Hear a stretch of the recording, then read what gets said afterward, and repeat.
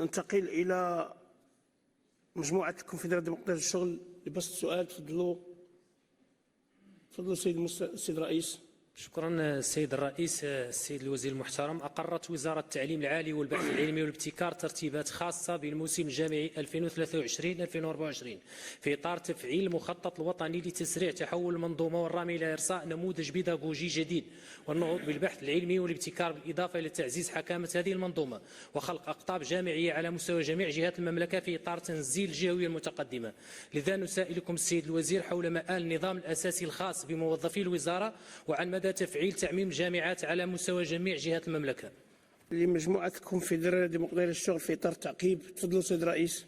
السيد الوزير، لقد اقتصر تفعيل المخطط الوطني لتسريع تحول المنظومة في جانب متعلق بالعنصر البشري على إخراج النظام الأساسي الخاص بالأساتذة الباحثين، بحال كنقولوا راه دوك الإداريين والتقنيين اللي كيدوروا في الجامعات راه ما عندهم تدور، دون أن باقي الطاقم البشري مدبر المنظومة، ويتعلق الأمر بالمنظومة الإداريين بجميع أصنافهم.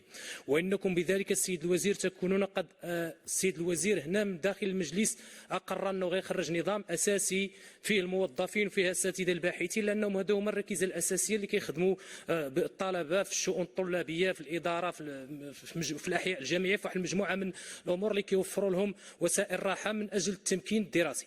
كنتم كذلك باشرتم الاشتغال على مشروع الاصلاح للنظام الاساسي الخاص بالموظفين الاداريين والتقنيين باشراك المنظمات النقابيه اكثر تمثيلا، غير ان ذلك تم بوتيره جد بطيئه وباسلوب يطبع الكتمان والسريه، حيث لم يتم تسليم نسخه من المشروع فارتهنت به الملفات المطلبيه، مما جعل الشغيله تترقب تسريع إخراجه إلى حيز الوجود، خاصة بعد استفادة الأساتذة الباحثين من رفع مستوى أجورهم، وهو ما خلق جو من الاحتقان والاستياء في صفوف الشغيلة نتيجة هذا التمييز والكين بمكيالين. ونتخوف أيضا أن يخرج نظام أساسي أو نظام المآسي كما خرج لرجال التعليم والذي تم رفضه كلية جملة وتفصيلا من طرف رسال وزارة التعليم.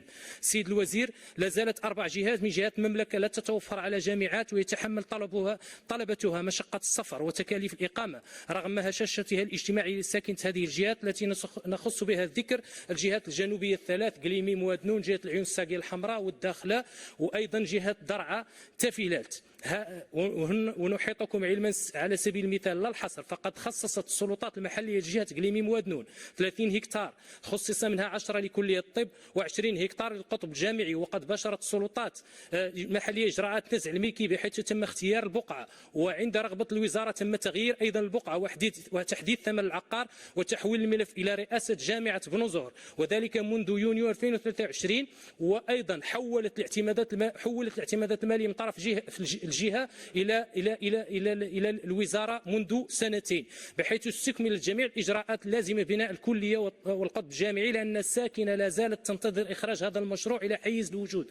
هنا السؤال المطروح: من يقصي الجهات الجنوبية الثلاث من جامعة؟ لأنه بالفعل أن احنا مازلنا مرهونين بجامعة بن زهر في أكادير، وحنا كنقولوا أننا مقبلين على الجهوية المتقدمة وخاصنا نعطوا حق التعليم للجميع. هذا ما يمكن أن الطالب من الداخلة يمشي من الداخلة إلى أكادير، ولا من درعا تافيلات إلى اسمه. يعني خاصنا نفكروا جديا في إيجاد حلول طلبة هذه الجهات باش يستقروا مع أهلهم ويقراوا في جانب أهلهم وتوفر لهم شروط الموضوعية التعليم. شكرا السيد الرئيس. شكرا السيد الوزير.